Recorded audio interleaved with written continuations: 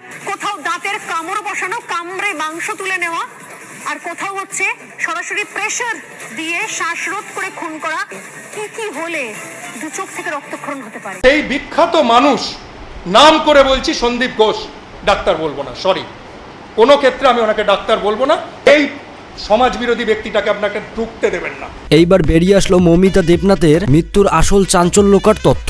আসলেই কি মৌমিতা দেবনাথকে 20 জন মিলে ধর্ষণ করে হত্যা করেছে, নাকি এই সঞ্জয় রায় একাই করেছে? তাছাড়াও মৃত্যুর আগে মৌমিতা দেবনাথের শেষ ইচ্ছা কি ছিল তা সবকিছু এই ভিডিওতে জানতে পারবেন। তাছাড়াও অন্যদিকে সুপারস্টার জিৎ মৌমিতার মৃত্যু নিয়ে কি বলেছে তাও দেখতে পারবেন। তাই অবশ্যই ভিডিওতে লাইক দিয়ে শেষ পর্যন্ত দেখতে থাকুন। বন্ধুরা, 9 আগস্ট আরজিকর হাসপাতালে ডক্টর মৌমিতাকে ষড়যন্ত্র করে ধর্ষণ করে হত্যা করা হয়। তবে বন্ধুরা, আপনারা একটা কথা শুনলে অবাক হবেন যে এই মৌমিতা দেবনাথকে যখন অনেকভাবে নির্যাতন করা হচ্ছিল তখন তারই নাকি 2 কলিং বান্ধবী তার হাত চেপে ধরছিল। বুঝতেই পারছেন কত চক্রান্ত একটি বিষয়। মৌমিতা চিৎকার দিয়ে বললেও তার হাত পা ছেড়ে দেয়নি তার 2 বান্ধবী। আসলে বন্ধুরা, একটা মেয়ে হয়ে আর একটা মেয়ের কিভাবে সর্বনাশ করে, তাও আবার নিজের বান্ধবী হয়ে, এইটা শুনলেই যেন চোখে কান্না চলে আসে। এমনকি বন্ধুরা, এই মৌমিতাকে হত্যার জন্য তার গলায় এত পরিমাণে চাপ দেওয়া হয়েছে যে তার গলা 2 দিকের 2 সাইডের হাড় পর্যন্ত ভেঙে গেছে। তাছাড়াও তার শরীরের প্রাইভেট পার্ট সহ বিভিন্ন জায়গায় অনেক আঘাত রয়েছে।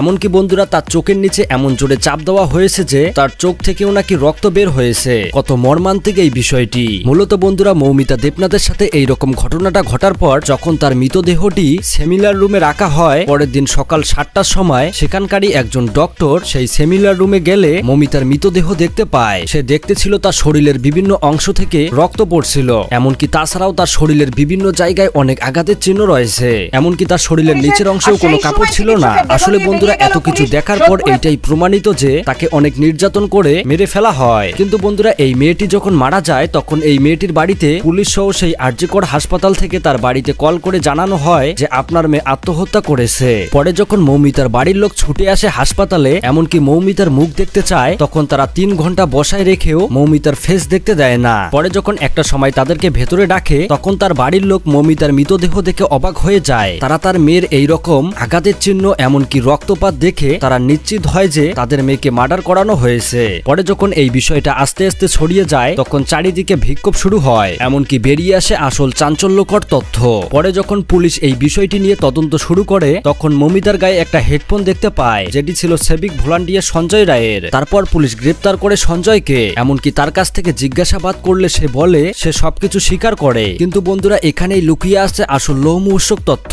এই ঘটনায় সঞ্জয় রায় থাকলেও সঞ্জয় রায় আসল খুনি না। ডক্টররা পোস্টমর্টমের ময়না তদন্ত করে পেয়েছে যে এইটা কখনোই সঞ্জয় রায় একা করতে পারে না। কেননা মৌমিতার শরীরে পাওয়া গেছে 150 গ্রামেরও বেশি সিমেন্ট, যেখানে কিনা একজন সাধারণ মানুষের থেকে 5 থেকে 6 গ্রাম বের হয়। এতেই বোঝা যায় যে এখানে জড়িত ছিল আরো 15 থেকে 20 জন। তাছাড়াও তাকে যেভাবে নির্যাতিত করা হয়েছিল, চোখ এমনকি গলা, ঠোঁট থেকেও রক্ত পড়তে থাকে। বিশেষ করে তার প্রাইভেট পার্টসে অতিরিক্ত পরিমাণে আঘাত করা হয়, যার ফলে সেখান থেকে অতিরিক্ত পরিমাণে রক্ত বের হয়। বন্ধুরা, আসল রহস্যময় ঘটনাটি হলো সঞ্জয় যখন মৌমিতা দেবনাথের কাছে গিয়েছিল তার আগেই নাকি মৌমিতা দেবনাথকে মারা হয়েছিল। কিন্তু সঞ্জয় রায় মূলত এইটা বুঝতে পারে নাই, কারণ সে নেশাগ্রস্ত অবস্থায় ছিল।